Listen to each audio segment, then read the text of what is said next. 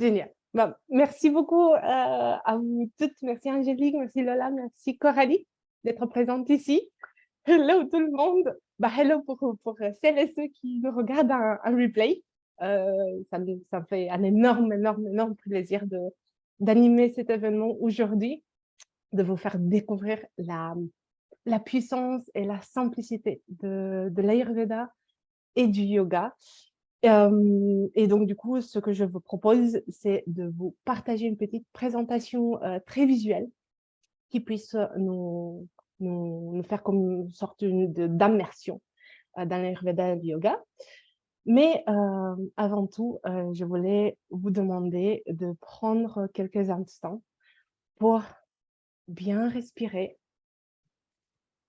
Donc, on va fermer les yeux, on va se mettre confortablement, peu importe, par terre, sur une chaise, là où vous êtes cool, sur une balle. On ferme les yeux et on inspire, expire par le nez doucement.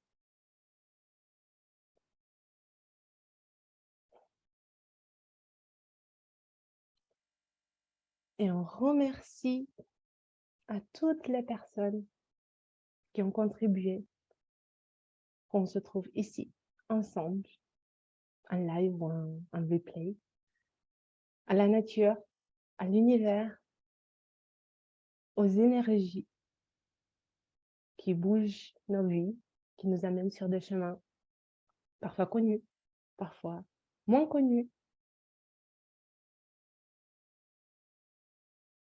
et qui nous apportent toujours du bien-être.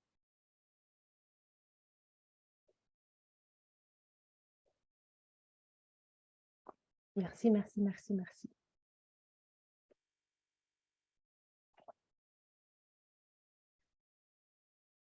Et puisqu'on est à distance, on va se connecter énergétiquement les unes aux autres, les uns aux autres, à travers un mantra. Un mantra comme un symbole d'énergie, de libération d'énergie. On respire encore une fois, calmement.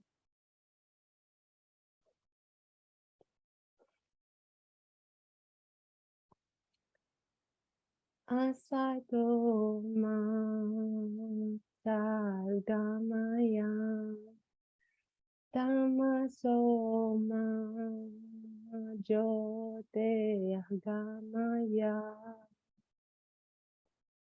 mrityo ma amritam gamaya. Om Shanti, Shanti, Shanti. Et on amène ensemble les paumes des mains.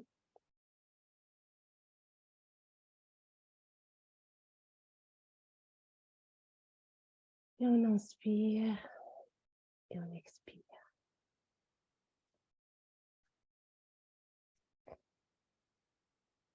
On ouvre doucement les yeux.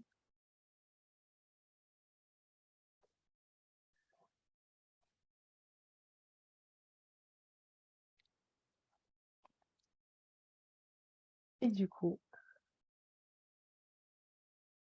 hop, on peut commencer la petite présentation. Hop. Voilà. Donc aujourd'hui, on va découvrir, on va ouvrir les portes de l'Ayurveda et de l'yoga. Et je souhaite apporter une autre vue plus holistique et beaucoup plus simple qui va parler à tout le monde.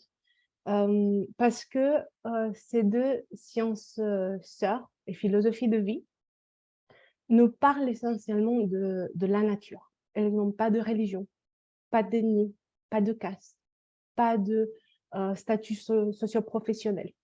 Et c'est important de le garder en tête parce que c'est que comme ça qu'on peut se libérer et profiter de vrais enseignements de ces deux philosophies de vie qui ne sont pas des philosophies de vie indiennes, elles sont des philosophies de vie qui vont à tout le monde. Et c'est le but de notre événement aujourd'hui, de notre échange. Donc, le mantra que je viens de chanter, c'est un mantra qui, je vous le remets ici et la présentation elle sera disponible aussi. C'est un mantra qui nous connecte à la vérité, à la lumière, à tout ce qu'il y a de beau et qui nous ouvre vraiment l'esprit. Il est en sanskrit, qui est une langue qui est la base des langues indo-européennes. Et ça aussi, c'est génial en fait, de se dire que le français, l'italien, l'espagnol, le roumain, même le néerlandais, ils tirent leur source dans cette langue. Et je vais d'abord vous proposer cette réflexion autour de l'être humain comme partie intégrante de l'univers. Parce que ça commence par là. Dans nos jours, on est très submergé par toutes les actions qu'on doit faire, par notre vie qui est toujours un mouvement, parfois un trop de mouvement.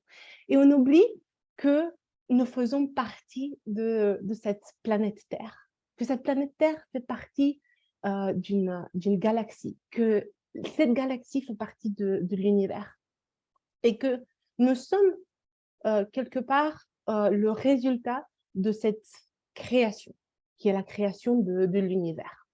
Et puisque nous faisons partie de cette création, il est logique de se dire que nous partageons plein de choses avec l'univers. Okay. Et donc, dans cette optique, on peut se dire que l'être humain, il est un microcosmos qui se retrouve dans le macrocosmos. Et ça, c'est vraiment important parce que c'est ce qui va aussi nous faire comprendre toute la sagesse de l'Ayurveda et du yoga. Je suis un être qui se trouve sur cette terre. Cette terre, elle a été créée par l'univers, par la création au sens large.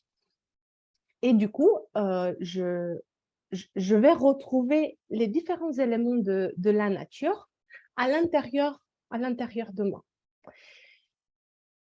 Et cette affirmation nous ouvre les portes à comprendre comment les 5 éléments de la nature qui sont, on va le voir ensemble, qui sont l'eau, la terre, le feu, l'air et l'espace, se trouvent aussi à l'intérieur de nous. Et pourquoi en fait? Quelle est l'idée de cette comparaison?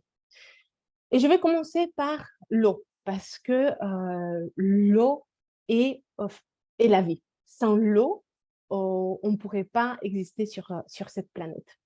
Et dans notre corps, si on souhaite faire ce parallèle, cette comparaison, ce sera le sang, ce sera les liquides en général. Tout ce que j'ai à l'intérieur de moi, qui mine de rien est 70% de mon corps.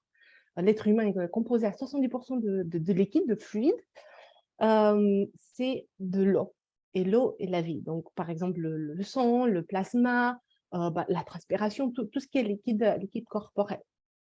Et c'est intéressant de réfléchir dans ces termes-là. Comment ce qui est à l'extérieur se retrouve à l'intérieur.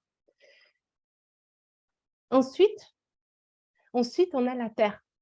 Parmi les 5 éléments, la terre qui nous donne la biodiversité, qui nous donne les plantes, les arbres, les récoltes. On se nourrit de la terre. La terre est, sans la terre, nous, l'être humain et tous les autres êtres qui ont besoin de se nourrir, n'existeront pas sur cette planète. Et donc, on voit la terre comme la création. Si l'eau est la vie, la terre, elle amène à la création. Tout simplement parce qu'elle est plus lourde elle nous tient, en fait, elle tient à l'intérieur d'elle un concentré de micro-organismes, de vitamines, d'oligo-éléments, etc., etc. Et à l'intérieur de nous, cette terre, elle se trouve dans tout ce qui est très solide et très costaud, comme par exemple les os, les muscles. Donc, tout ce qui donne finalement, tout ce qui donne forme à ce corps, ce sera de la terre. En troisième lieu, quelque part, on a le feu. Et le feu, c'est la transformation. Quand on parle de feu, on parle surtout sur Terre de l'énergie solaire, qui est quelque part un feu qui est diffusé très, très doucement. Mais aussi, on peut parler des événements qui ont lieu sur cette planète, que ce soit les incendies, mais aussi les volcans, les éruptions des volcans. Ça nous amène à cette idée de transformation. Il y a quelque chose qui change. Rien quand vous envoyez une éruption volcanique, on peut se dire, oh waouh, ça n'a plus rien à voir par rapport à ce que c'était avant. Et la même chose se passe à l'intérieur de notre corps, parce que notre corps a besoin de transformer tous ces aliments, les aliments qu'on a consommés, doivent être transformés, doivent être digérés. On parle de digestion.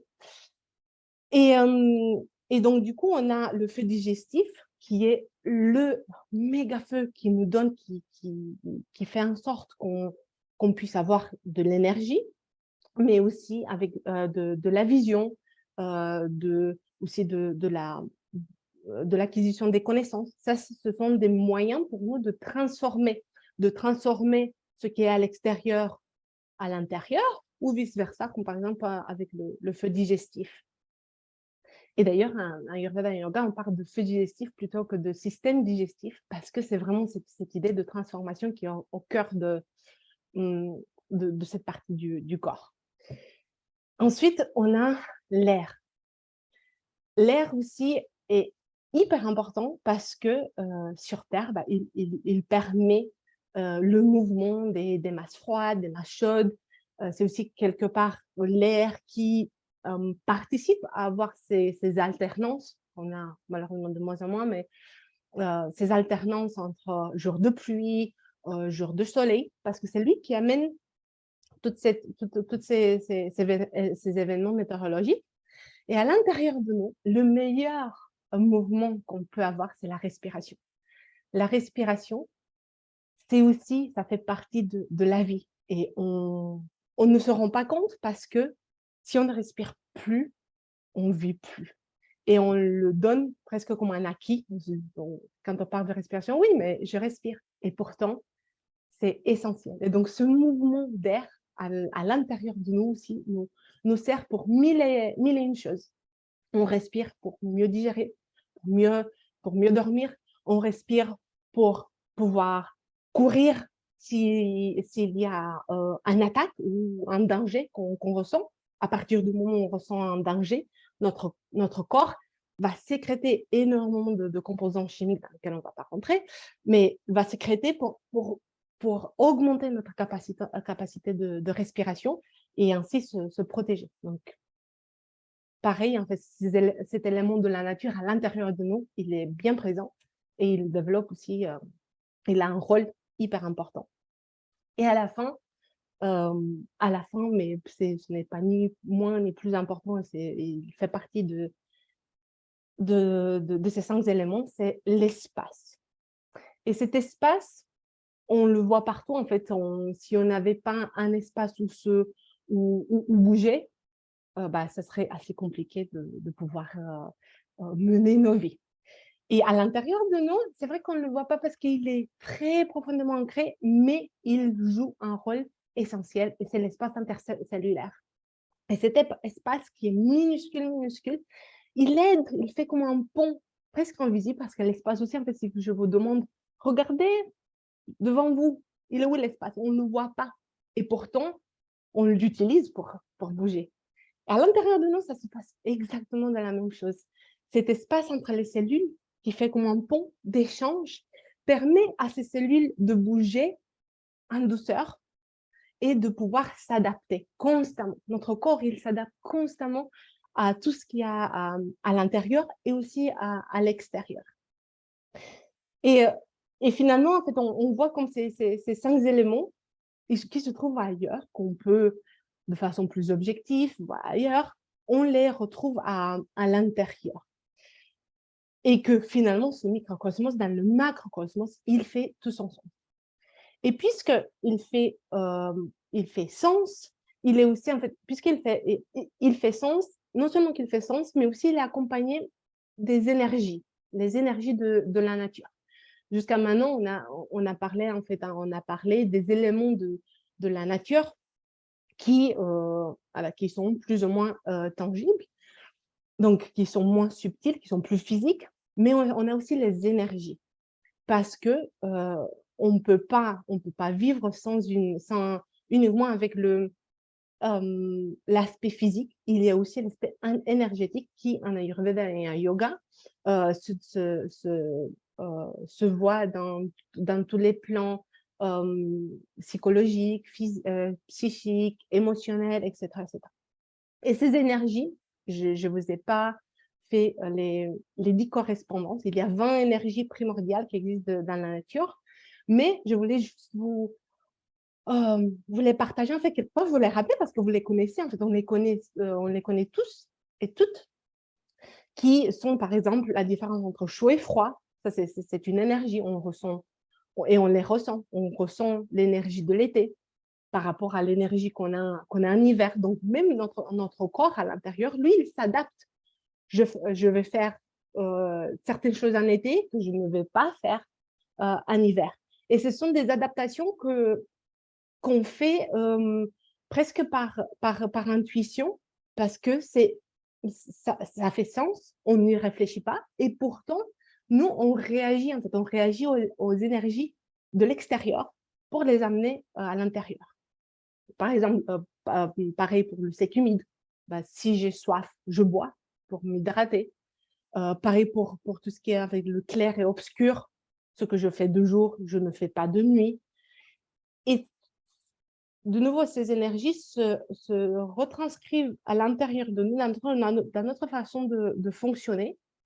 Et pour bien profiter d'elles, de ces énergies, de ces éléments, il faut vraiment avoir une ouverture et une écoute, une observation de soi. Parce que l'Ayurveda et le yoga, ils promuent cette observation et cette écoute de soi. Ralentir et voir. Voir comment mon corps réagit. Mon corps, mais aussi mon mental, tout mon être. Et du coup, elle promue l'expérience dans toutes ses formes, c'est-à-dire l'expérience physique, mais les réactions physiques que je peux avoir par rapport à l'extérieur ou à mon propre intérieur, mais aussi l'expérience de l'esprit, du mental, ce que je pense, mes émotions, mes réactions émotionnelles à ce qui se passe à l'intérieur et à l'extérieur. Et dans un troisième plan très subtil, l'expérience de l'âme. Et l'âme, c'est quelque chose qu'on ne peut pas décrire. Il existe à l'intérieur de nous. Et c'est d'ailleurs leur but, en fait, leur but est de s'unir avec l'âme, de lui donner la voix que cette âme mérite, qui est beaucoup d'énergie, qui se passe sur un plan vibratoire. Et pour commencer avec l'Ayurveda, parce qu'on va les voir, on va voir l'Ayurveda, ensuite le yoga, comment les deux fonctionnent ensemble. L'Ayurveda signifie la science de la vie. Ayu, en sanskrit, c'est vie, Veda, c'est science. Et donc, c'est vraiment la science de la vie, la connaissance de comment je peux atteindre un état de santé. Et ici, l'état de santé, c'est vraiment un état où l'essence, c'est-à-dire mon corps, mon esprit et mon âme se trouvent en équilibre. C'est bien plus que l'absence de maladie. C'est pouvoir profiter de cette vie. Et comment je vais profiter? Je vais profiter de cette vie en la connaissant, en la reconnaissant et en comprenant comment elle interagit avec moi, comment moi j'interagis avec cette vie. Et pour cela, l'Ayurveda, il interprète les lois de la nature. Comme on disait avant, les 5 éléments, les énergies de la nature, Ayurveda cherche à les comprendre, à comprendre leur rôle et leur transposition à l'intérieur de nous-mêmes. Pour cela, elle utilise un tas de choses, un tas de concepts. Mais je voulais mettre en avant les doshas tout simplement parce que parfois il y a il y a une mauvaise compréhension de comment les utiliser. Je suis sûre que si vous tapez Ayurveda sur n'importe quel moteur de recherche, vous allez être invité à faire votre profil ayurvédique pour comprendre quels sont les doshas qui forment votre constitution. Et ici, en fait, c'est intéressant qu'on porte d'entrée. Néanmoins, vous allez voir à travers ce que je vais vous partager que ce n'est qu'une porte d'entrée et qu'on va bien au-delà. Les doshas, en Ayurveda, en fait, dosha signifie en sanskrit une humeur biologique ou, si vous voulez, une énergie. Quelle est l'énergie qui habite mon corps, de nouveau mon corps physique, mental et spirituel, l'âme. Et ces doshas, ils sont composés par les éléments de la nature. On disait que l'Ayurveda, elle cherche à comprendre les lois de la nature et comment le microcosmos se voit dans le macrocosmos et vice-versa. Et donc, ces doshas sont composés des éléments de la nature, mais aussi des énergies de la nature. Et les mélanges de 5 éléments et de 20 énergies de la nature vont nous donner des profils, mais des profils où on doit aller au-delà pour comprendre vraiment comment se relationner avec ces doshas. Néanmoins, on peut distinguer 3, qui est le Vata, Pitta, Kapha, le Vipaka, si vous voulez, parfois on se réfère à eux comme ça. Et chacun est le mélange de 2 éléments de la nature et de plusieurs énergies. Donc, en l'occurrence, Vata, c'est un mélange de air et éther. C'est le plus, et donc, comme ce sont ces 2 éléments qui se mélangent dans cette énergie, c'est la légèreté, la sécheresse, le mouvement qui se met en place à l'intérieur. Comme petit exemple, au moment de la digestion, ce qui participe au feu de la digestion, et aussi le dosha vata, c'est-à-dire l'espace et l'air. On a un espace dans lequel tout cela se passe, et l'air, le mouvement vers le bas qui est en train de se mettre en place. Ensuite, on a le dosha pitta. Pitta, c'est le feu, c'est la transformation, il est composé d'eau. On disait l'eau, c'est vraiment la vie, et le feu qui est la transformation. Donc, c'est une énergie un peu plus humide, un peu plus aussi huileuse, parce qu'il y a cette cuisson qui se passe non-stop à l'intérieur et à l'extérieur. Et je pense que vous le voyez en été, quand il fait chaud et humide, vous ressentez beaucoup de chaleur à l'intérieur. Et à la fin, on trouve Kapha. Kapha est un dosha le plus lourd des 3, tout simplement parce qu'il est composé des éléments les plus lourds de la nature, qui sont la terre et l'eau. Si vous mélangez un peu de terre avec un peu d'eau, ça donne quelque chose qui est collant, et c'est exactement le rôle de Kapha, de nous tenir collé, que je n'ai pas mon avant-bras qui tombe tout d'un coup. Ça, c'est le rôle de Kapha. Et donc, lui, il est lourd, humide. Et on peut le ressentir, surtout en printemps, quand ça commence à c'est encore froid, il ne fait pas chaud, chaud, chaud, mais on a beaucoup de pluie. On devrait avoir beaucoup de pluie et qu'il y a énormément en fait, il y a beaucoup de personnes qui se plaignent d'allergies. Et ça, c'est la remontée de toute cette humidité qui est restée encapsulée pendant l'hiver, parce qu'en hiver, il fait froid, donc tout notre corps, il rentre dans une contraction pour garder la chaleur, etc. Et on voit le dosha kapha en printemps quand il sort finalement avec tous ces merveilles, parce que c'est ce qui nous permet de redémarrer le cycle de la vie.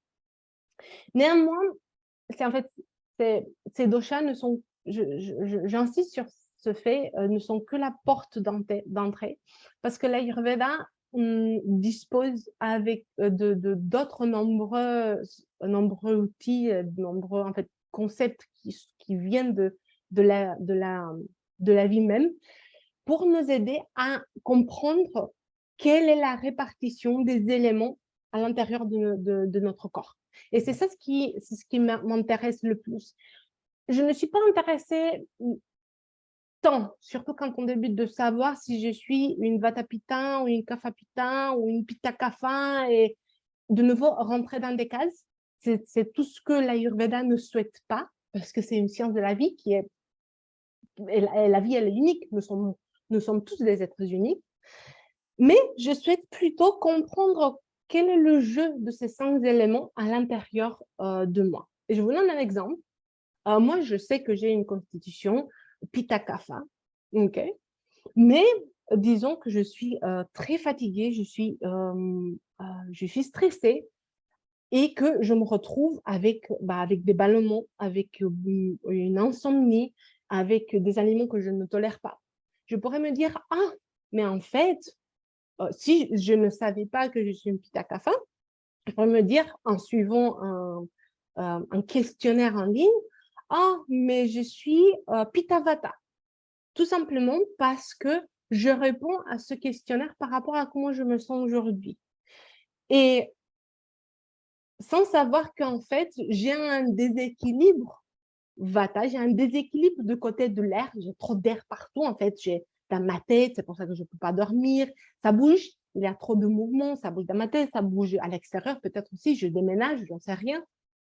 Et en faisant ce questionnaire, on ne comprend pas finalement quelle est notre constitution d'équilibre, mais plutôt où on est dans notre déséquilibre.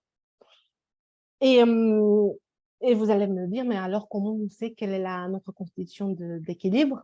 C'est surtout les moments où on se sent bien sur une longue période de temps, et où, à travers la prise du pouls ayurvédique. En Ayurveda, on a une technique qui nous aide à comprendre par rapport aux 7 tissus qu'on a dans notre corps, quel est l'état d'équilibre. Et aussi, on peut trouver, grâce au pouls, l'état de déséquilibre. Donc, moi, en fait, je vous recommande, si vous vous intéressez à l'Ayurveda, de le voir vraiment comme un jeu des 5 éléments, un jeu des 5 énergies, et à vous observer. Cette observation, elle sera beaucoup plus intéressante qu'un simple questionnaire. Observez ce qui vous fait du mal, en fait, ce que vous ne tolérez pas, que ce soit au niveau alimentaire, au niveau physique aussi. Quelles sont en fait les activités physiques que vous souhaitez faire, avec les activités physiques qui vous mettent en équilibre, parce que ça ne sert à rien d'avoir une liste des choses qu'on peut faire, qu'on ne peut pas faire, tout simplement parce qu'on est unique. Et donc, ma constitution Pitta Kapha, avec une partie de Vata aussi, parce qu'on a les 5 éléments à l'intérieur de nous, ne sera pas la même constitution Pitta Kapha Vata de mon professeur, qui lui aussi, c'est un Pitta Kapha Vata. On est différents. Même si, sur le papier, on peut dire, bah oui, on a cette constitution. Cette constitution, elle ne sert seulement pour réfléchir en fait, pour nous aider à nous observer mieux, mais elle ne sert pas comme guide. Ok. C'est quelque chose qui me tenait vraiment au cœur de le préciser pour mieux comprendre, finalement, en fait, pour ne pas retomber dans cette idée où on rentre devant dans des cases, parce que c'est l'observation qui remporte surtout. L'observation qui est à travers l'écriture, à travers, je ne sais rien, vous pouvez vous enregistrer et dire ah, aujourd'hui, j'ai fait ceci, ça m'a fait du bien, j'ai fait cela, ça m'a fait peut-être pas du bien. Et tenir comme un guide intérieur. On a cette intuition qui est à l'intérieur de nous toutes et tous et qu'on oublie trop souvent. Et, et donc, on oublie le vrai Ayurveda et le vrai yoga. Et donc, du coup, moi, je définis l'Ayurveda comme la voie du soin de soi. Et ce soin, comme je viens de vous le partager, il va bien au-delà des listes, des choses à faire, à ne pas faire. Il vient d'une écoute physique, mentale et aussi spirituelle pour se reconnecter à la nature. Okay, on souhaite vraiment se reconnecter à la nature. Et ça m'amène au yoga. Le lien entre l'Ayurveda et le yoga est presque évident quand on comprend que les deux parlent de nature. L'Ayurveda s'intéresse à la nature plus physique et psychologique. Le yoga vient grâce au support de l'Ayurveda. Si je ne suis pas en bonne santé physique, mentale, comment est-ce que je peux créer cette union avec le soi, avec mon âme, avec tout ce qui est très subtil, tout ce qu'on ne peut pas décrire avec les mots. Bah, le yoga, il utilise l'Ayurveda, sa grande sœur, pour créer un espace de vie qui nous convient, qui me convient à moi, parce que ce que me convient à moi ne vous convient pas à vous, et vice-versa, pour ensuite s'unir vraiment, s'unir et se connecter à la nature. Et quand on dit à la nature, c'est vraiment notre nature subtile intérieure, notre nature psychologique, notre nature spirituelle. Et cette connexion, elle se fait aussi grâce à la nature extérieure. Et c'est où, en fait, c'est un autre point, un autre pont que l'Ayurveda et le yoga ont bâti. C'est grâce à cette nature qui va me permettre d'abord de m'apaiser, de m'apaiser physiquement pour ensuite apaiser mon mental et ensuite pour apaiser mon côté spirituel. J'utilise le mot spirituel avec beaucoup de joie parce que nous sommes tous et toutes une énergie. Notre existence sur cette terre est liée aussi à des énergies, à des fréquences vibratoires. Pour celles et ceux qui ont étudié la physique, bah, les énergies électromagnétiques, je pense qu'on les a bien étudiées pour comprendre leur rôle et que tout être sur cette terre, humain ou autre, a une énergie à l'intérieur de lui, a une fréquence. C'est pour ça aussi d'ailleurs que les IRM fonctionnent de merveille parce qu'ils rentrent en connexion avec notre énergie. Donc le côté spirituel, l'esprit, l'énergétique n'a rien d'ésotérique. Il existe là à l'intérieur de nous. Et d'ailleurs, le mot yoga, qui vient de la racine yuj en sanskrit, signifie union. Union avec quoi? Bah, l'union avec notre être, avec les autres êtres aussi, sur des plans vraiment subtils. Et je pense que surtout aujourd'hui, dans le XXe siècle, ce plan subtil nous ferait beaucoup de bien parce qu'il nous amènerait à s'écouter davantage, à pratiquer plus d'empathie, à pratiquer plus de sympathie, à pratiquer plus de justice envers nous, envers les autres, et tout simplement à nous connecter au monde au sens le plus pur. Et donc, le yoga, en fait, le yoga, tout comme l'Ayurveda, cherche à trouver les voies pour cet accomplissement. L'Ayurveda le trouve dans l'écoute de soi, dans dans l'observation de ce qui se passe à l'intérieur de nous, au moins d'un point physique et d'un point de vue physique et mental. Le yoga, il prend, et je pense fortement à une amie à moi qui dit que les voies du yoga sont multiples. Et il nous apprend, tout comme l'Ayurveda, qu'on est unique et que les voies ne doivent pas être, il n'y a pas une seule voie. Par contre, les voies, elles sont holistiques, c'est-à-dire qu'on utilise le mot yoga pour dire je fais du yoga, c'est-à-dire je vais faire une séance de posture. Et cette séance de posture n'est que 1% de ce que le yoga en tant que philosophie de vie peut nous amener. Et même si c'est génial d'ouvrir la porte au yoga de cette façon, moi je l'ai fait il y a 20 ans, quand j'ai commencé, je pratiquais des postures et la respiration, j'ai envie de dire, mais c'est vraiment génial d'aller au-delà et de creuser et de s'amuser. Parce que finalement, c'est ça la vie.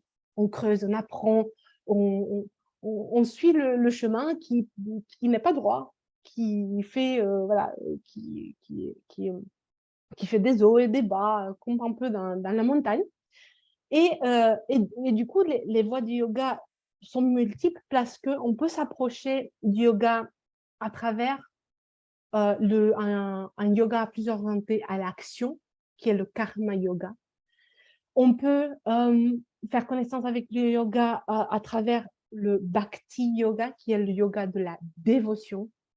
On peut encore rencontrer le yoga grâce au yoga de la connaissance, le dhyana yoga.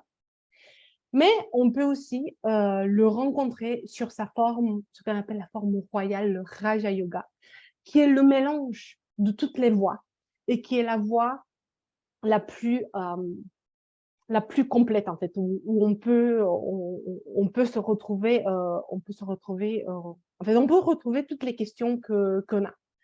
Et cette voie, en fait, toutes les voies ont leur spécificité, mais ce qui se partagent, c'est que pour accéder au yoga, comme je le disais avant, les asanas, les postures, les séquences sont géniales.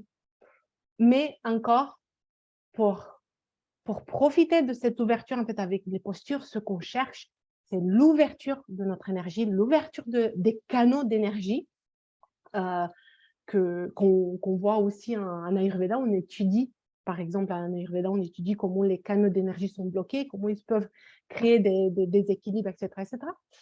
Et ben, les asanas, les postures et aussi la respiration nous permettent de libérer et de mettre en mouvement cette énergie pour nous connecter à nous-mêmes à travers nos propres rituels, mais aussi pour nous connecter à la société à travers des principes de vie qui se basent sur la non-violence, sur la justice, sur la vérité, sur le fait d'être le contentement, le fait d'être content avec ce qu'on a et ne pas avoir cette jalousie envers ce que les autres peuvent avoir, parce que ça ne sert à rien. Notre voix est unique. Et le but de toute cette approche de vraiment bienveillance, c'est aussi un mot qu'on utilise beaucoup, mais de vraie bienveillance envers nous-mêmes et envers les autres. Quand je dis les autres, je dis la nature, l'univers, comme un être qui est aussi vivant. C'est d'arriver à un moment où on concentre toute notre attention sur nous-mêmes, où les portes de cette connexion à des choses qu'on ne peut pas décrire s'ouvrent, où on apprend à nous écouter, on apprend à nous observer, on apprend à laisser les 5 sens qu'on a, à ne plus faire leur job quand ils veulent, comme ils veulent. Et c'est en quelque sorte, je ferme les yeux et je regarde à l'intérieur et je me parle à moi-même. C'est ce qu'on fait à travers des pratiques de méditation plus poussées. En fait, on passe de la concentration à la méditation et c'est d'ailleurs aussi une des raisons pour laquelle jamais on souhaite en fait, méditer. Le mot méditer peut prendre mille et une formes parce que ça peut être une concentration, ça peut être une méditation profonde, ça peut être une observation. En fait, j'observe la nature, j'observe un oiseau qui mange. Et ça, c'est de la méditation aussi, différente. Et le but final est de libérer cette âme, de libérer cette énergie qu'on a à l'intérieur de nous et de nous reconnecter à la création. Et ici, c'est où le yoga dit, on a en fait le mot réincarnation, parfois il est mal conçu ou mal partagé. C'est cette idée que notre énergie, et même les physiciens les plus connus du monde disaient que l'énergie ne se perd pas, tout se transforme. Et cette énergie qu'on a à l'intérieur de nous, notre âme, il ne va pas se perdre, il va se transformer. Soit il retourne dans l'énergie cosmique, soit il retourne dans un autre corps pour continuer ce chemin qu'il doit faire pour arriver à cette union. Et finalement, qu'est-ce que nous apporte ces deux visions de j'apprends à m'observer, j'apprends à me connecter à la nature, qui est l'Ayurveda, et j'apprends à revenir à moi, à revenir à ce qui est essentiel, à respecter, à me respecter, à respecter les autres, etc., etc. C'est que ils visent tous les deux l'état d'équilibre. De nouveau, la santé, en fait, la vraie santé. En Ayurveda et en yoga, on les décrit comme un état d'équilibre avec nous-mêmes et avec les autres. Un état d'équilibre à travers la façon dont on n'est pas malade, mais aussi les émotions qu'on ressent, l'empathie qu'on ressent, tant de choses qui s'ouvrent à nous, quand on laisse des portes s'ouvrir. Parfois, elles s'ouvrent, elles se referment, mais le plus souvent, quand une porte s'ouvre, on peut rentrer dedans et on peut faire connaissance avec quelque chose de plus. Et c'est finalement la magie de la vie. C'est la magie de la vie que ces deux sœurs sciences et philosophies de vie promeuvent. C'est de se dire que la vie n'est pas linéaire. Il n'y a pas, oublier le mot sécurité, oublier le mot je fais toujours exactement les mêmes choses par lesquelles je suis conditionnée et se laisser aller. Lâcher tous nos préjugés et apprendre à se connaître. Et cette idée de l'individu est englobé dans ce monde, il fait partie, il est actif dans ce monde. Pour moi, c'est juste génial parce que ça nous donne beaucoup de pouvoir dans le bon sens. Ça nous fait comprendre qu'on a un pouvoir d'action sur nous et indirectement aussi sur les autres. Parce qu'on est d'accord que quand on est autour de la table, tout le monde est joyeux, bah c'est plutôt cool. Alors que s'il y a 2-3 membres qui sont ranchonneux, on le ressent tout de suite. Et ça, c'est le pouvoir, en fait, c'est le pouvoir de l'interaction et de comment l'individu, il n'est pas vraiment un individu individuel tout seul dans son coin.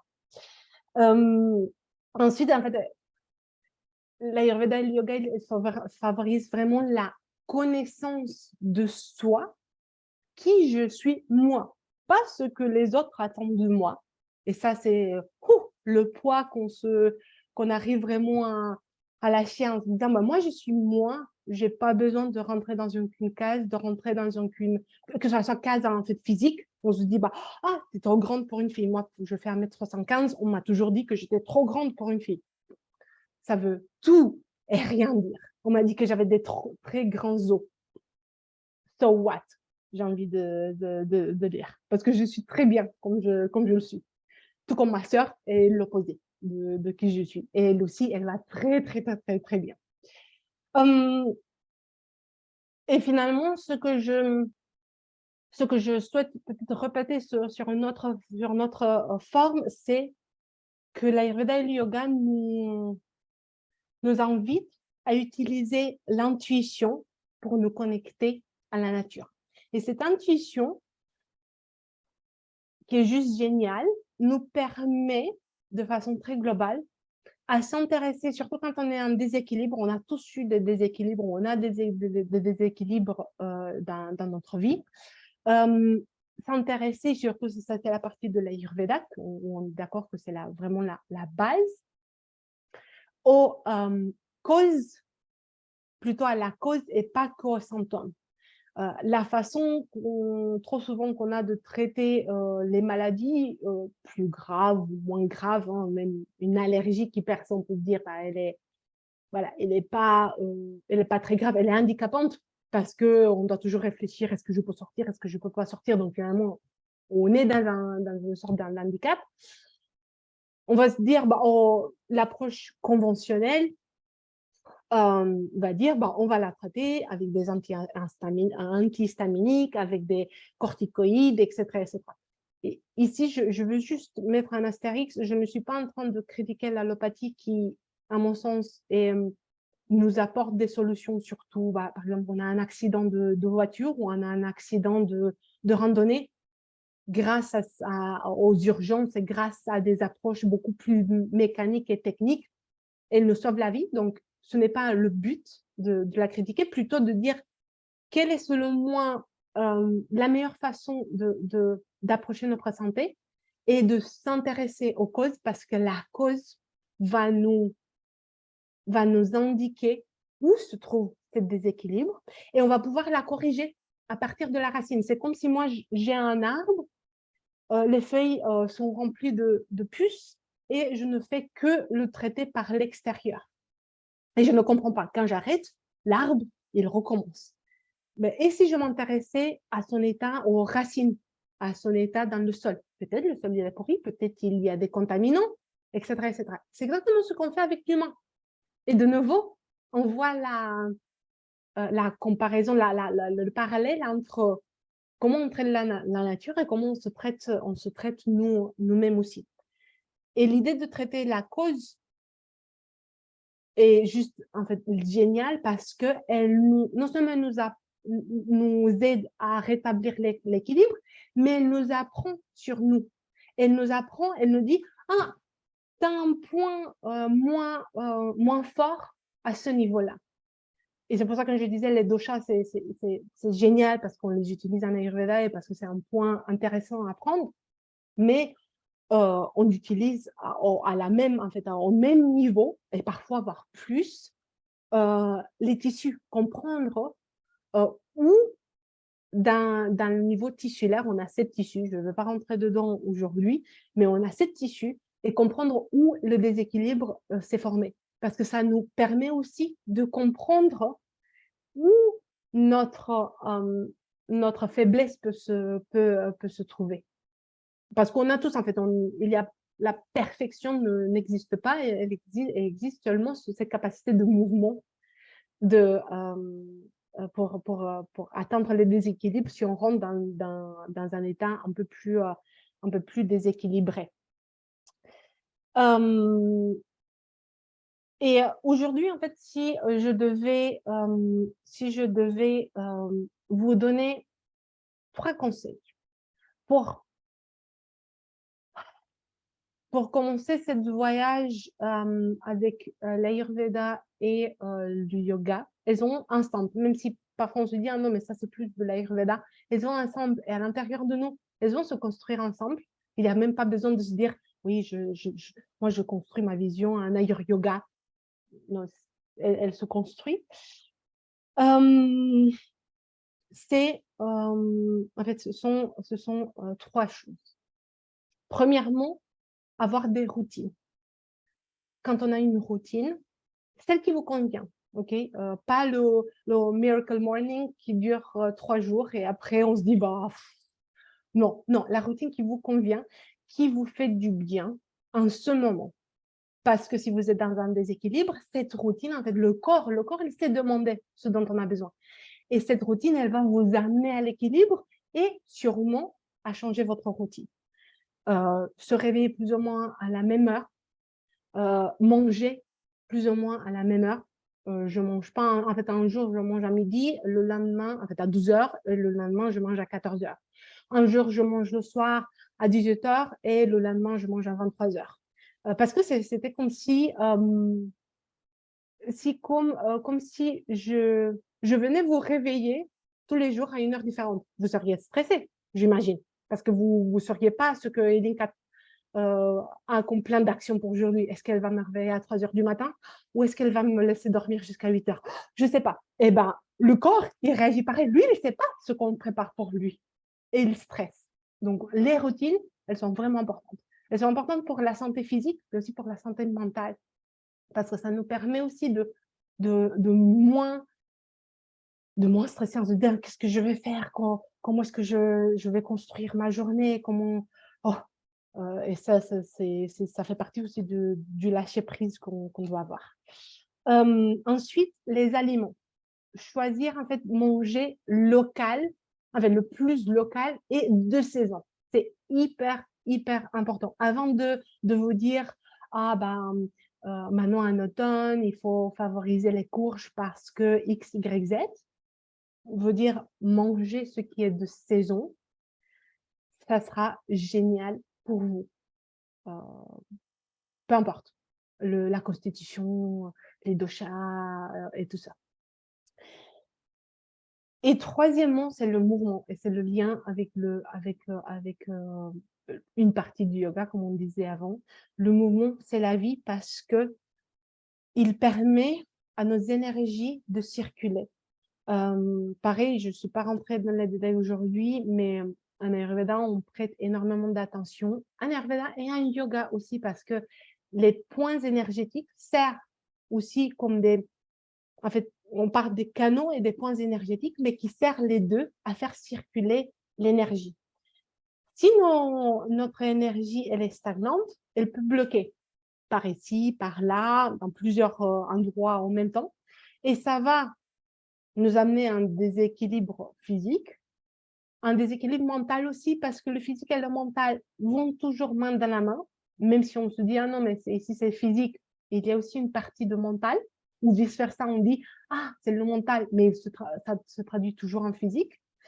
Et le mouvement, lui, il met, en fait, peu importe l'activité physique, que ce soit des asanas, des postures de yoga, que ce soit que de la respiration, que ce soit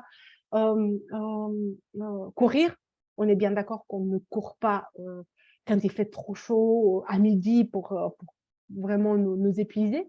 Mais peu importe le mouvement, et même le mouvement à l'intérieur de notre maison, ranger, nettoyer, cuisiner, il va nous aider à il va contribuer à libérer ces énergies et ces canaux, ces points énergétiques qui sont à l'intérieur de nous. Comme petit bonus, parce que ça me tient au cœur, et de vous dire de toujours consommer quelque chose de chaud. Même en été, ça ne veut pas dire brûlant, ça ne veut pas dire que je prends ma tasse de tisane chaude qui va me faire transpirer. Quoique parfois, c'est intéressant. Ça dépend aussi s'il y a un déséquilibre où et comment. Mais ne pas consommer des produits qui sont froids, qui sont tout juste sortis du frigo ou encore pire, du congélateur. Tout simplement parce que ça vient, je reviens à l'idée du feu digestif. Imagine, en fait, vous voyez ce qui se passe quand on met du froid sur du feu. Bah, il disparaît. Bah, c'est pareil avec notre feu digestif. Et quand notre feu digestif disparaît, et aujourd'hui, même la science moderne le dit, notre immunité, elle est compromise. Donc, le fait de manger du froid et ou du cru aussi, on se dit, ah, je vais manger du cru parce qu'il contient tous les nutriments, rien n'est cuisiné, mais on oublie de notre capacité de transformer ces aliments. Et parfois, et surtout en soirée, le matin, si on a un déséquilibre, s'il fait froid dehors, bah, je ne vais pas manger du cru. Le cru, il est froid, notre corps le perçoit comme froid parce qu'il n'a pas l'énergie de la cuisson. Quand je cuis, et je dis bien je cuis, je ne surcuis pas surtout, parce que sinon je détruis. je détruis la nourriture. Il y a cette énergie du feu de la cuisson ou de la plaque d'induction selon les maisons qui vient, qui est transférée dans l'aliment. On peut le cuire, le laisser vraiment refroidir à température ambiante. Un été, par exemple, où on a du mal à se dire ah, je vais manger une soupe chaude, et la consommer. Et cette énergie, consommée de cette façon, elle va vraiment, elle va nous nourrir sur tous les plans. Sur le plan physique d'abord, mais aussi sur le plan du mental, parce que elle apporte, en fait, quand c'est cuit, vous voyez, c'est moelleux, c'est plus, je dirais pas collant, parce que pas tous les aliments qui sont collants, mais ils apportent, regardez une courgette, ouvrez une courgette, vous voyez comment elle est dans un état cru, et ensuite, comment elle se transforme dans un état cuit où elle est moelleuse. Et ça aussi, ça vient lubrifier notre mental. Donc, ça, c'est vraiment mon bonus, qui n'est pas vraiment un bonus, qui fait partie aussi des conseils de jamais manger froid. On peut manger, bien sûr, on peut manger parfois, on peut manger une glace et ensuite, si je mange une glace, je vais penser à me faire une bonne décoction de gingembre pour activer un peu mon feu digestif parce que la glace, elle est trop froide.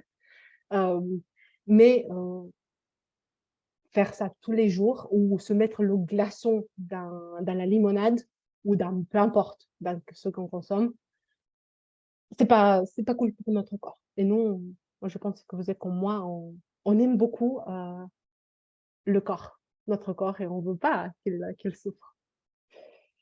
Voilà. Et sur ça, j'ai envie, en fait, qu'on finisse et ensuite, je serais vraiment ravie d'écouter, en fait, d'écouter, d'avoir vos questions. On va finir sur une méditation, sur la méditation des 5 éléments, puisqu'on a parlé des 5 éléments, on a parlé des énergies.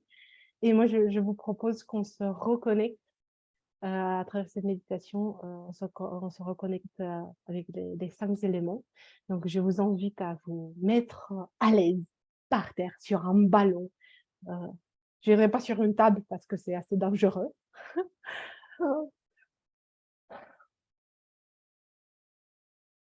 Oui, tu peux enlever les lunettes. On va fermer les yeux.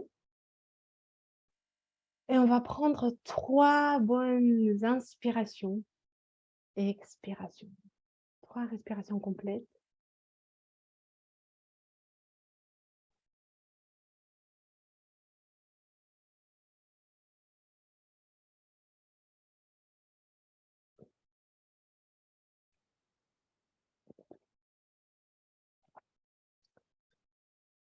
Et avec les yeux fermés, on commence à ressentir notre corps, de bas en haut, et à contracter légèrement pour ensuite décontracter les différentes parties de notre corps. Les orteils, les pieds, les mollets, les cuisses,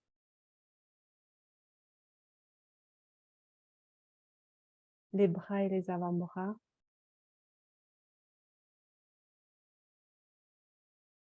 le dos. Je veux bien le contracter pour le décontracter parce qu'il porte énormément.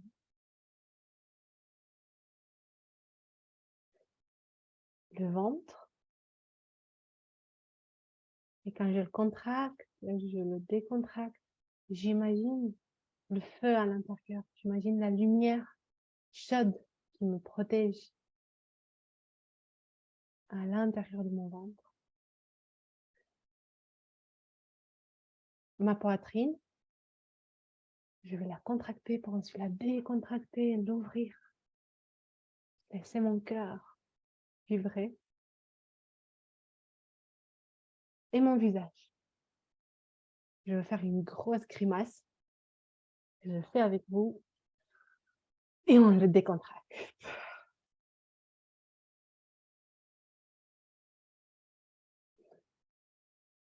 Et je sais que je suis chez moi, à la maison, dans un espace sûr, accueillant. Et je sens la lumière à l'intérieur de moi, cette lumière qui vient de mon ventre m'envahir. Elle m'envahit doucement.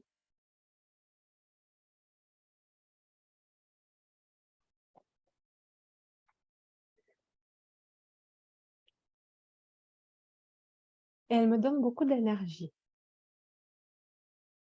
Et je sens l'énergie, pareil, m'envahir partout, partout, dans toutes mes cellules.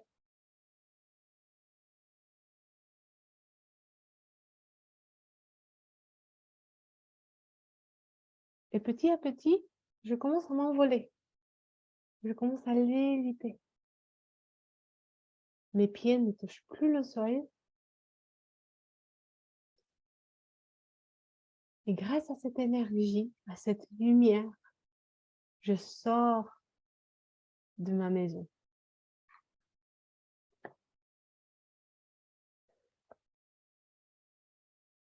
Et je suis en dehors. Je suis en dehors de ma maison. En haut, je vois ma maison. Et je continue à m'envoler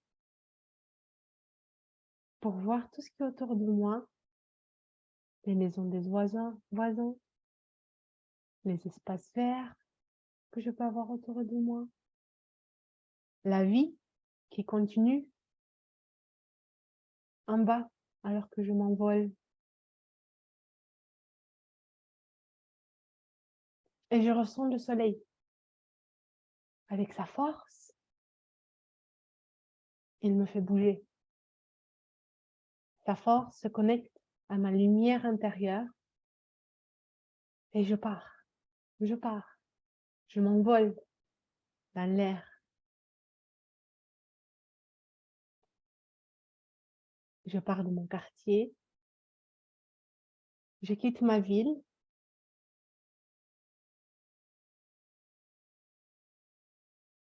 et petit à petit, avec beaucoup d'énergie quand même, j'arrive dans une forêt.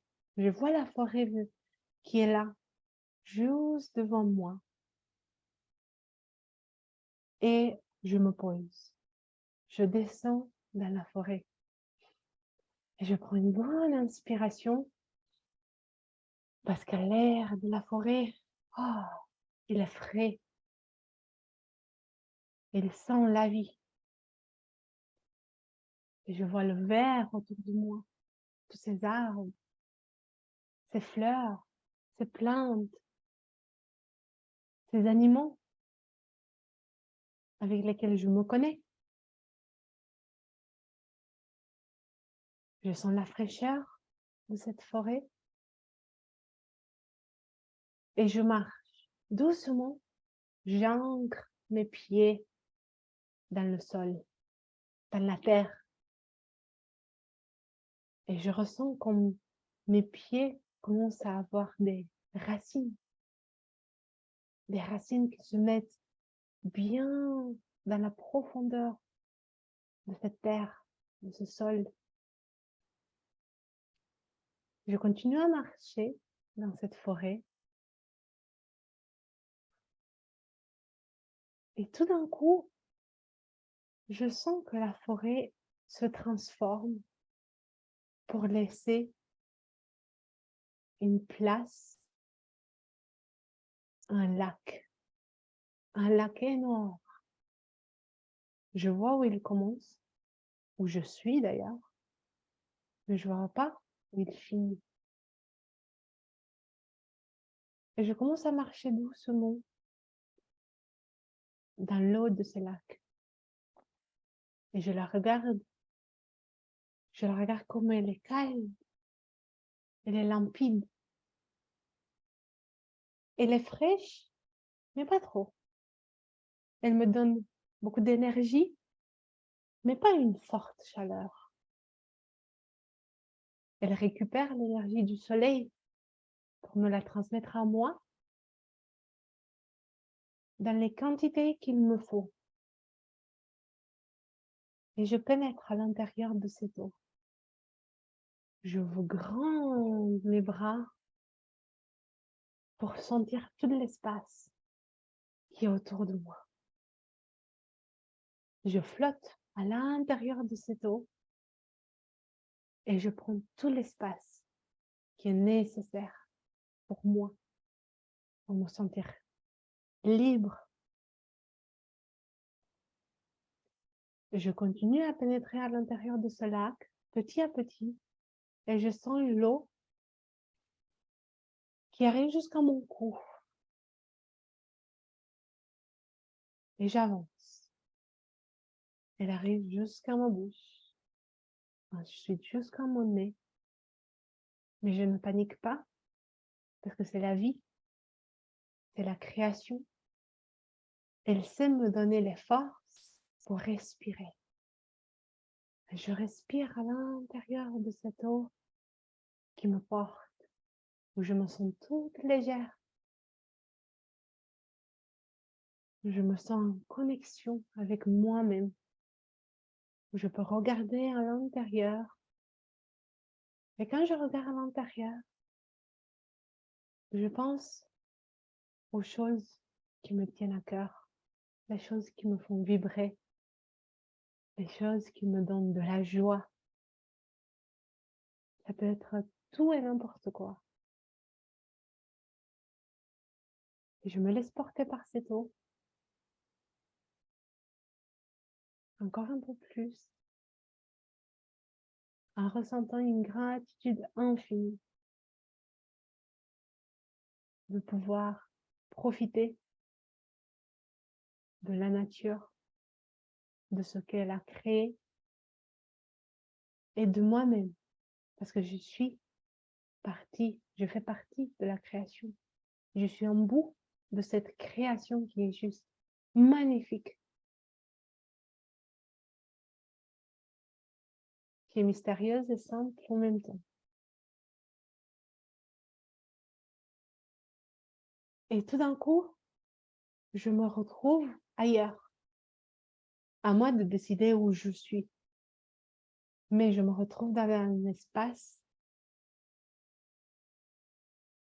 qui me rend de la joie, qui me donne l'énergie qu'il me faut, qui me laisse m'exprimer et m'épanouir,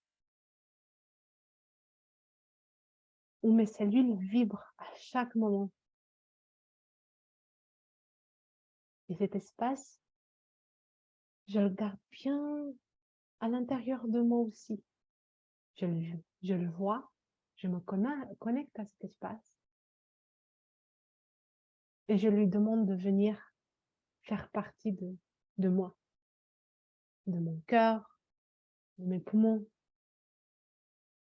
de mes reins, de ma gorge, de mon foie, de mes os, de mes jambes, de mon visage, de ma peau, tout. Et je prends une grande inspiration et j'expire par le nez.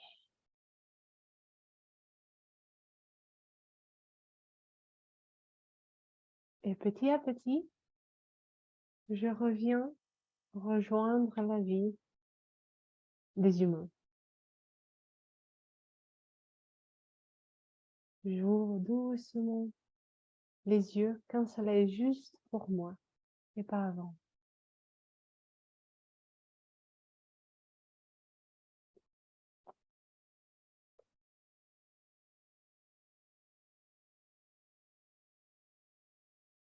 Et je me connecte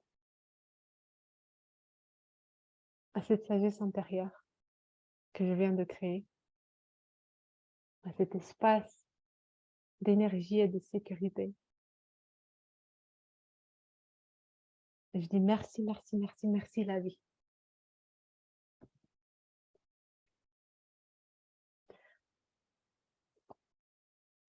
Merci à vous deux de m'avoir accompagnée dans ce voyage.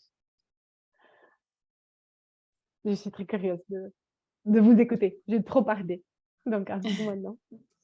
Merci à toi.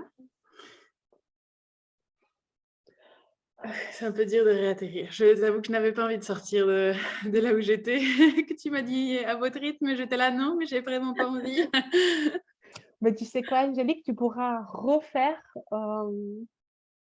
cette méditation, elle sera disponible. Donc, je vais d'ailleurs aussi la séparer pour vous donner que cette méditation, un Oui, audio super, aussi, comme bonne ça, idée.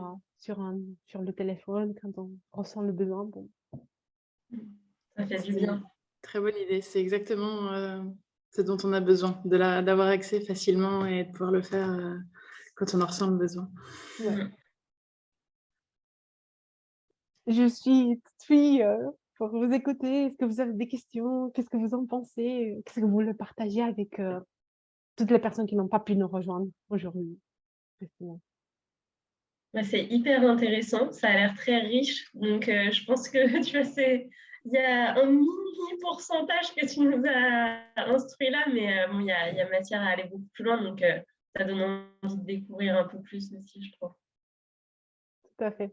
C'est toujours presque très, très frustrant de se dire, bah, je vais partager qu'une partie, comment la rendre la plus juste possible et comment donner l'envie de découvrir l'Ayurveda, le yoga, que ce soit avec moi ou que ce soit avec d'autres personnes, parce que je ne suis pas la seule. Et c'est, ouais, tout à fait. Voilà. Moi, comme tu le dis, j'ai vraiment l'impression d'avoir effleuré du bout du doigt la surface de tout cet univers que je découvre, en fait. Et c'est marrant parce que ça me frappe une nouvelle fois. En ce moment, je suis frappée par l'évidence, à quel point je découvre des univers comme ça et je me dis, mais évidemment, enfin, c'est juste, oui, quoi d'autre, en fait. Ouais. Et, et à chaque fois, je me dis, mais pourquoi on ne le dit pas avant? Pourquoi on ne l'apprend pas à l'école? Tout ça, parce que en fait, on nous l'apprend. Il y a des choses que tu as dites et qui se retrouvent en effet dans l'enseignement qu'on a, mais qu'on nous apprend de manière tellement cartésienne et terre à terre et où on retire toute substance, en fait, toute l'énergie qu'il y a autour. On nous apprend, oui, l'information, mais on retire tout ce qu'il y a autour. Et quand je t'écoute, en effet, je me dis, ben oui, évidemment, enfin, j'ai déjà ressenti ça, je l'ai déjà, c'est déjà à l'intérieur de moi, mais ça ressort pas parce que ben, on nous a pas donné l'occasion de le faire. Alors merci de nous donner cette occasion-là. C'est très puissant. Et je suis très curieuse, en effet, aussi de. Je me doute que là, tu viens d'ouvrir une porte de nouveau qui en cache une centaine de milliers derrière parce que ben, c'est un univers en tant que tel, en fait. Donc, oui, il y a beaucoup derrière. C'est chouette. C'est vraiment super. Merci. Merci à toi, Angélique, vraiment pour ces mots. Je suis toujours tellement, tellement touchée en fait, je ne suis qu'un médium de toutes ces sagesses qui ne m'appartient bien pas. Voilà, je fais le pont entre, entre cette sagesse qui est universelle, qui est cosmique, et nous, toutes et tous. Et c'est génial, en fait, de se dire, ah, waouh, oui, mais en effet, mais je le ressens. Et je pense que cette partie de je le ressens, mais je ne m'autorise pas à le sortir parce que parfois on se dit, bah, peut-être je suis la seule à le ressentir. Peut-être, voilà, c'est pas important. Peut-être, millions de choses, en fait. Et on ne s'autorise pas à dire, OK, qu'est-ce que je ressens et comment je peux l'exprimer? Parce que plus on est à exprimer ça, plus ça fait boule de neige. Plus on se dit, ah oui, mais carrément, mais moi aussi, mais j'avais peur de le dire parce que soit on me dit, bah, t'es trop sensible, alors qu'on est tous des êtres sensibles. Si on n'était pas sensible, je pouvais me couper la main et ne rien sentir. Donc, j'ai une sensibilité. Et, mais on revient de nouveau, oui, au cartésien, on essaie de simplifier. Et quand on simplifie, on perd énormément. C'est comme, c'est comme se dire, bah, ma santé, vu que j'ai une sécurité sociale, j'habite en France, il a la sécurité sociale, les mutuelles, donc vu qu'il y a un tas de choses à l'extérieur de moi, si je tombe malade, c'est pas grave parce que en fait, c'est pas cool, mais bon, j'ai des solutions à m'apporter. Alors que la santé ne veut pas dire ça. La santé veut dire se comprendre, se découvrir, découvrir les autres aussi dans leurs différences par rapport à nous, se connecter à la vie. En fait, on a perdu, on utilise le mot vie, mais on a perdu l'essence. C'est ça ce que tu disais, en fait, avec le cartésien, on a perdu l'essence de la vie.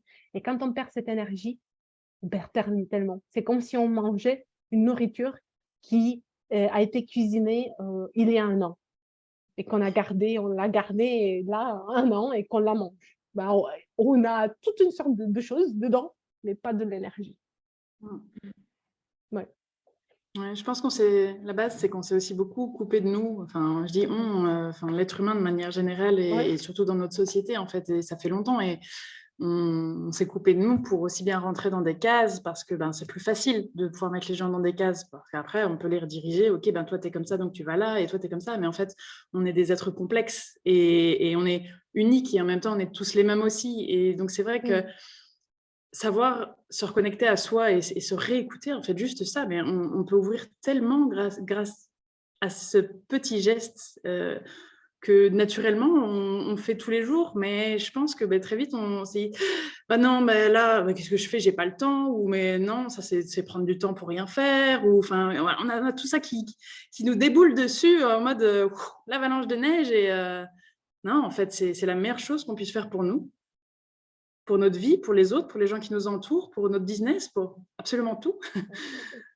Exactement, dans tous les domaines, en fait, c'est ça ce qui est génial. On se dit, ma santé à moi m'affecte en tant qu'être, elle affecte ma vie personnelle, elle affecte ma vie professionnelle, pour notre business, pour tout, en fait, pour tout. Elle affecte ma vie personnelle aussi dans la relation que j'ai avec les autres.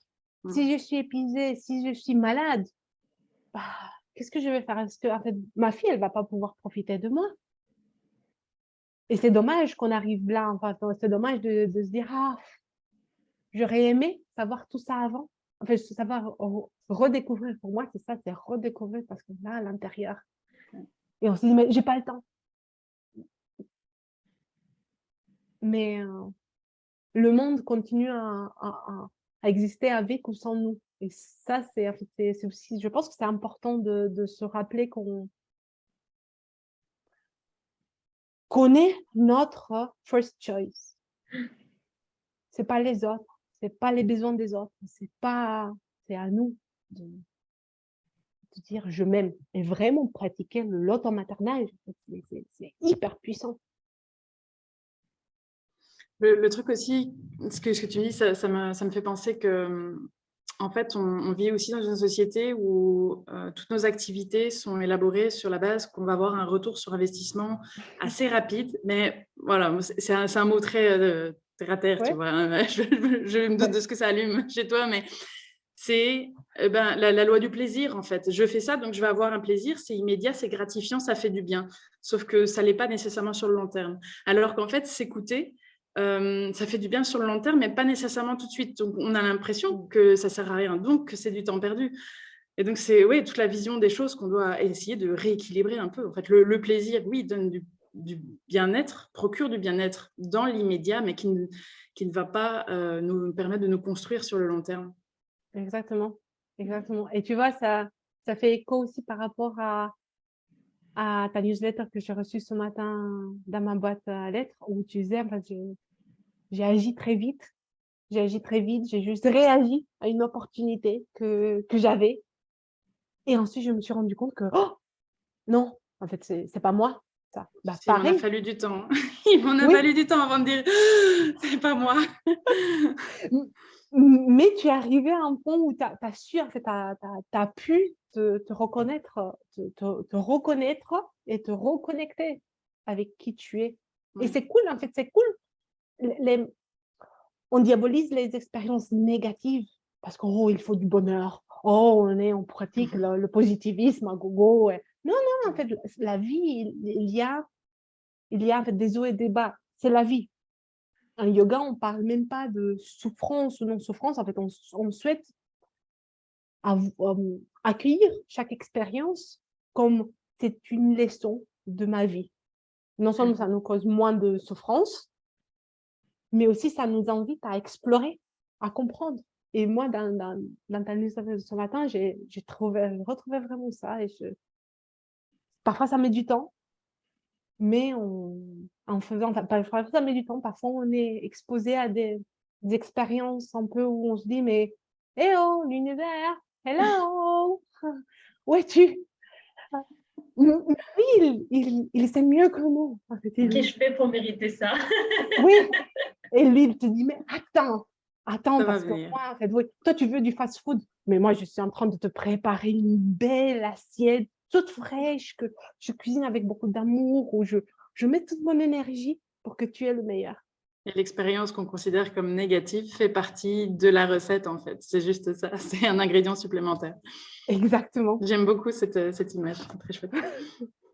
Oui, bah, moi aussi, ça me parle énormément et c'est vrai que quand on se découvre et surtout quand on dépasse la barrière du physique, et même en découvrant le physique, c'est combien de fois, autant de mamans, et je m'inclus dedans, n'ont pas entendu «Ah, après l'accouchement, oh, ton petit ventre, ah, c'est dommage». Où est le dommage? J'aimerais bien comprendre où est le dommage. En fait, j'ai servi pour, comme partie de la création. Quel est le dommage que mon corps ait changé? Si je me sens bien, en fait, autant que je me sens bien.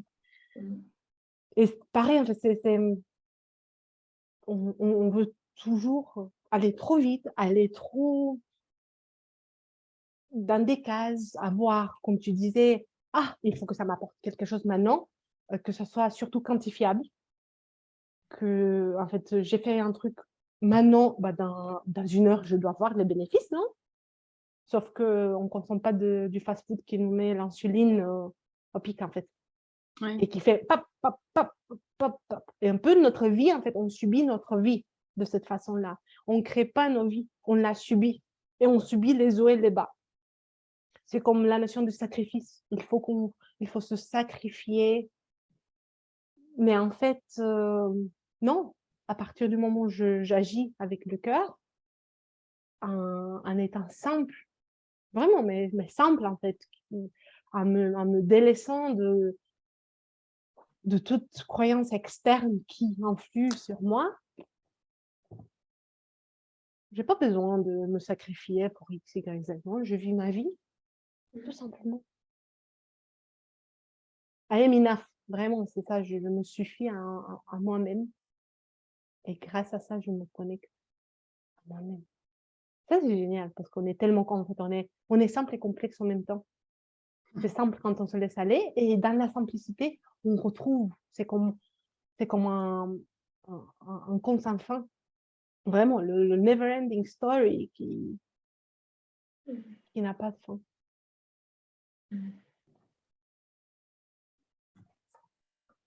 On est méditatifs toutes les trois. Genre, mais oui, mais la vie, elle est tellement belle. Moi, sur ces bonnes paroles, j'ai envie de me préparer un bon petit plat maintenant. Voilà, bah, exactement. Un plat rempli d'énergie. Je vous remercie vraiment de votre présence. Merci à Encore toi. Coralie aussi, Voilà. qui, je pense, elle a eu des soucis de connexion. À tous les autres qui nous regardent un replay. Et je suis ici pour répondre à des questions par mail, sur Telegram, surtout pas sur Instagram. Et je vous dis à très très vite, mais vraiment, je suis ici pour vous toutes et tous.